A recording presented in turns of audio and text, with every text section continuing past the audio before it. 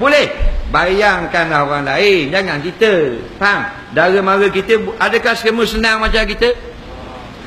Faham? Pok saudara kita berapa orang susah, anak saudara kita berapa orang susah. Betul tak? Kena fikir. Kalau kita fikir kita tak ada hal. Rasa lepas ayah aku okey je. Ni bukan. Al-Islam kal-bunyan. Islam ini binaan, bukan seorang. Yasuddu ba'duhum ba'dha, masing-masing memikirkan orang lain, saling memberi kekuatan kepada orang lain. Orang lain susah, anak beranak kita hak gaji 800. Anak dara kita, kuku kita, pirah kita, beras kita, tok pesang kita, kelak nesang kita, banyak bahasa lagi. Hak susah. Ni hak duduk darat-darat sikit tu. Hak tak cukup piti. Hak ramai anak, hak ayah pakai motosikal buruk. Tahu tak? Sebab kalau kita ada suami isteri, 2 orang anak yang masih kecil, orang miskin, dia akan bayar GST lebih kurang RM100 sebulan dengan belanja setiap hari 4 anak tersebut. Faham lagi? Dapat 42 juta kerajaan dapat dalam masa sehari. Untuk kau balik berapa puluh bilion yang hilang. Ini masalah. Jadi kita nak stop tak boleh. Kita kena minta kerajaan fikirlah.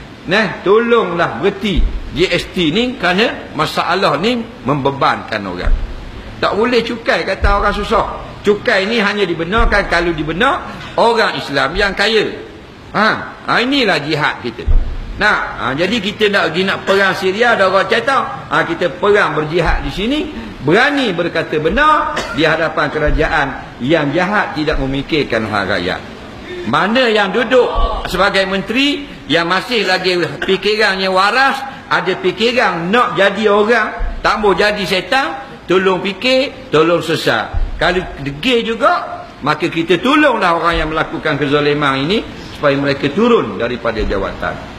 Kita tak kira parti mana pun, kita nak dia orang yang Islam dan dia akan melaksanakan keadilan yang dituntut oleh Islam.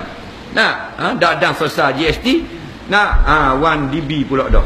Puluh bilion pula duit pula. Duit tok nenek kita sipang, mana-mana dia pergi guna. Patutlah kita nak pergi haji tak leh. Duit kita cukup dah. Kita nak pergi haji dia tak leh. Kakak, walaupun duit kakak ada 20,000, kakak tahun 2060. Mana? Kakak jadi Kak Limah lagi, baru boleh pergi. Mana? 40 tahun lagi baru boleh pergi. Pasal apa? Dipanjangkan, dilewatkan. Supaya duit yang banyak itu dirotik. Diniagakan sesuka hati untuk mengkayakan kroni-kroni tertentu. Betul tak? Ini masalah. Bila benda ni dah bocor, kita minta beri penjelasan, mereka beri penjelasan bercelaru pula. Jujur tak? Tak jujur. Kalau nak beri penjelasan, biar jujur. Bila dia jujur, kita okey tak? Baru kita okey. Jujurlah sayang, aku tak mengapa.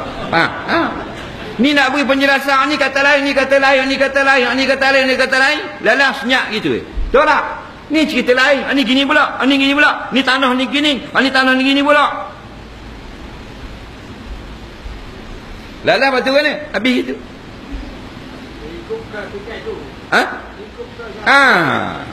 Kalau mau jujur, kita tak ada masalah.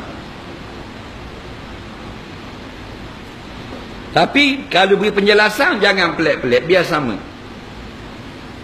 Biar semua jelas tak berbeza. Baru betul, tak? Kita kena desak. Ini bukan politik, ini agama. Walaupun kita kena sama, tak ada masalah. Sebab kita nak penjelasan. Duit ni duit orang ramai. Jadi harap-harap kerajaan baliklah ke pangkal jalan, bertaubat kepada Allah sebelum terlambat.